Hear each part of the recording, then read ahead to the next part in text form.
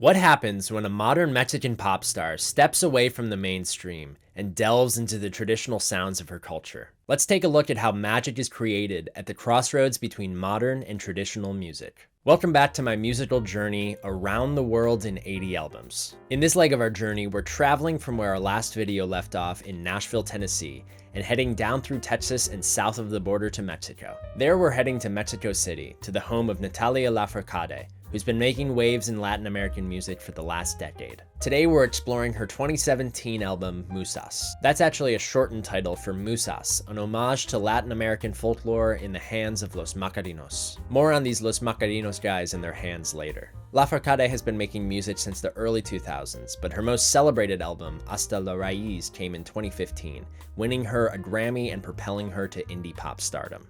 But on her following release, rather than continue down the pop route that had given her the success, Natalia made the bold move to switch up her sound entirely and pay homage to traditional Latin folk on Musas. In her words, "I wanted the music to sound made in Mexico. I wanted to connect to my roots." To help her bring this world of rich Mexican history alive, she teamed up with the seasoned ranchera guitar duet Los Macarinos to capture this traditional sound. The aging duo, comprised of Juan Carlos Allende and Miguel Peña, had been playing music for over 20 years together before Lafourcade asked to collaborate. Despite, or maybe because of an age difference of nearly 50 years between Natalia and her guitarists, their creative formula effortlessly brings old and new Mexico together as one. Between their experience in folk music and her fresh and lively energy, the chemistry between the musicians is clear. And because of their chemistry, this collection of songs comes to life with tenderness and warm acoustic resonance. Natalia's voice gently holds each word she sings like a baby, and the guitar voicings of Los Macarinos are as blissful as they are precise. Occasionally you'll hear some muted horns or a swell of strings added to the formula,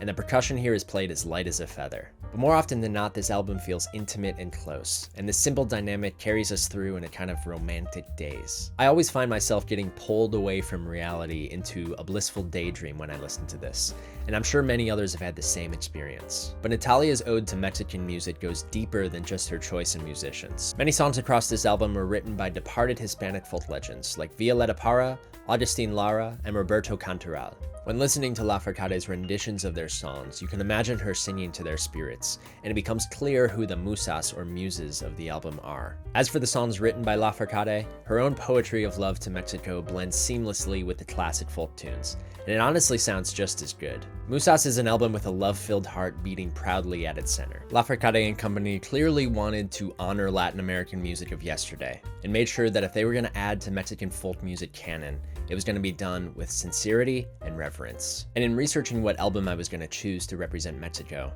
it became clear to me that there were few artists as skilled at preserving traditional styles while also building on their foundation than Natalia Lafourcade. Musas is an absolute treat of a listen, and it always feels nice to have it on standby, whether you're listening closely or playing it in the background while cooking a homemade meal. And if you also find yourself enjoying it, the good news is that a year later, a second volume of Musas was released, and it's just as good as the first. And honestly, everything she's done in her folk style since Musas has been a work of art, and it's well worth your time to listen to. So that about does it for our one album exploration of Mexican music. Let me know in the comments what Mexican artists you enjoy listening to, and follow along to see what country we head to next.